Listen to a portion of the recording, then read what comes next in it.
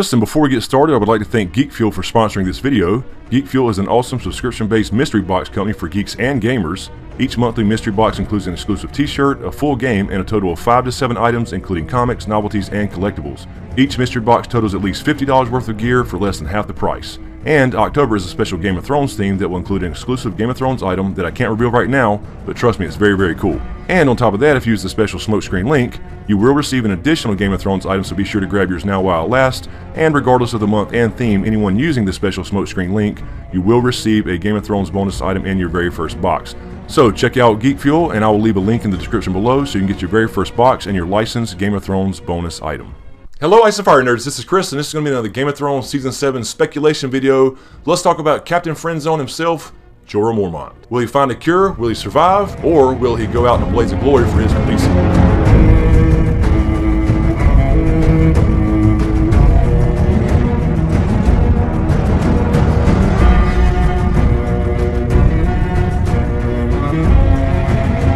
Alright, so let's jump right in. Ian Glenn has been seen in Belfast. This is not really new news, and of course that's where we see most of the scenes that happen over in Westeros. Now this is not necessarily surprising because Dany is now on her way to Westeros. She has met up with the Dornish ships as well as Tyrell ships, so I'm thinking she's a lot closer to Westeros than we think, and she'll probably get there pretty quickly in Season 7. Pending some sort of sea battle with Euron, but I do think because she has already met up with the Dornish ships and Varys was on those ships with her on the way back, they probably met somewhere in the middle, so there perhaps may be a battle with Euron. That's another video entirely, but I'm not sure if he had time to build those 1,000 ships. But of course this is Dan and Dave and HBO, so their time frames don't quite fit reality a lot of the times. Anyway, the point being that it looks like we're going to see Jorah in Westeros, and of course Dany sent him off and commanded him to find a cure for his grayscale. Now one thing that's interesting about grayscale is it is curable sometimes in children, and of course we saw that in Shireen. They brought it to our attention early on when we met Shireen in Season 2, that she did have grayscale. The actual cure is unknown because Stannis just brought in all the maesters and apothecaries he could find. Somehow they stopped the spread of the disease, but it's also stated in many cases that the adult version is basically fatal and incurable. Now of course Jorah is not the one who gets grayscale in the books. It is a character not in the show called Jon Connington. He is the protector of young Griff, aka Aegon Targaryen,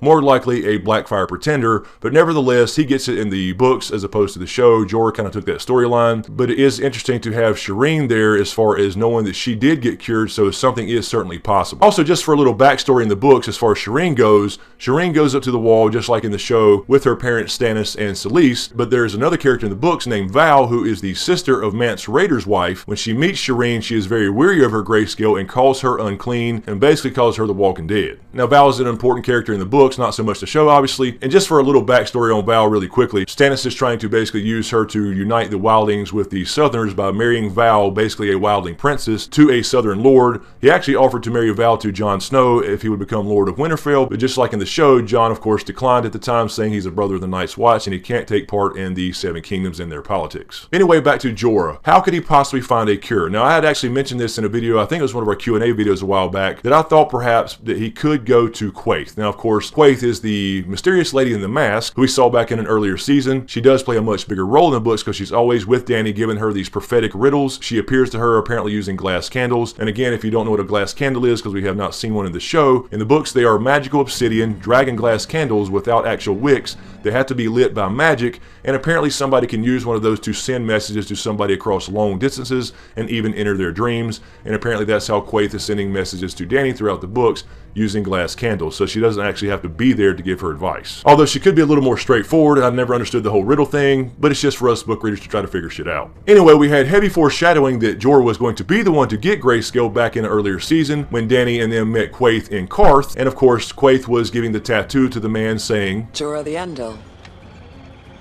This man must sail past Old Valyria.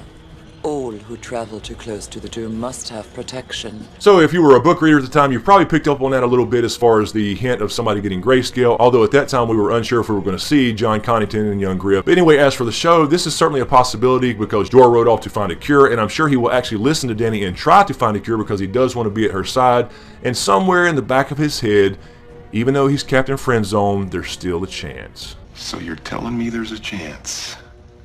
Yeah! Quaithe is certainly one possibility. She is a Shadowbinder from Ashai, although she doesn't seem to be affiliated with any Red God lore religions like Melisandre and Kinvara, and at least for the show, I would say it's probably unlikely we'll see Quaithe again, and we'll probably not even see Essos again for that matter. At least I fucking hope not. Now, Kinvara did not go on the ship with Dany. You would think that she would have been on the ships with Dany. Maybe she is somewhere, we just didn't see her. She does, of course, believe she is Azor Ahai, the savior, the prince that was promised. She told Tyrion and Varys this in season 6, but we didn't see her board any ships with Dany coming across to Westeros. But the reason I bring this up as far as a possibility for a cure is in the books we have a character called Moqorro. Now in the books, Victarion Greyjoy was sent by Euron Greyjoy instead of going himself like he was going to in the show. He is sent by Euron after winning the King's Moot to go find Dany and bring her back so he can marry her and take her fucking dragons. But Victarion, of course, says, no, I think I'll do it myself and wed the Dragon Queen myself because he don't like his brother any more than anybody else. And he comes across this character, Red Priest, named Moqorro, and at the time Victarion has a wound on his hand that could have ended up very well being fatal. Now, of course, Victarion is a follower of the Drowned God, but he kind of makes a deal with the Red God and gets his hand healed by Moqorro, but after he apparently heals him, his hand and arm is described as burnt flesh,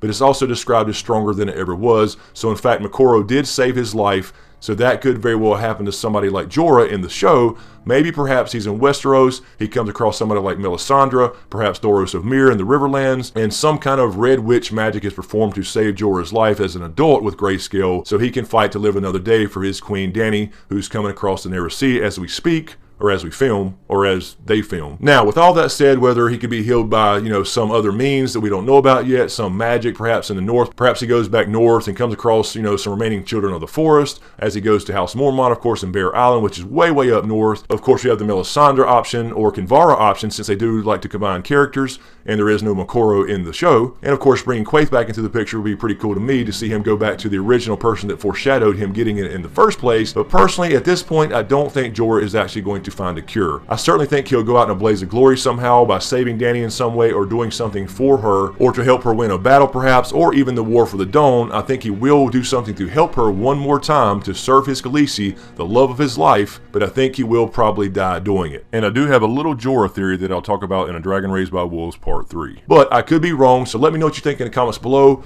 Will we see Jorah survive? We know he's going to be in Westeros, so that makes it very, very interesting of who he could run across or run into. There are several options, again, whether it's Melisandre, Kinvara perhaps coming along with Dany, perhaps Thoros of Myr, or perhaps running into Quaithe again, since at least in the book, she seems to be looking out for Dany, although quite frankly, I've never understood if she's some secret character like a Shara Dane, as some speculate, or Shiera Seastar, the half-sister to Bloodraven, what she's doing in Karth across the Narrow Sea looking out for Dany in a fucking tattoo parlor. So thanks again, guys. Be sure to give me a like and a share if you like what I do here. As usual, thank you for all the support. Be sure to subscribe to get everything. Thanks for watching, and we'll see you next time.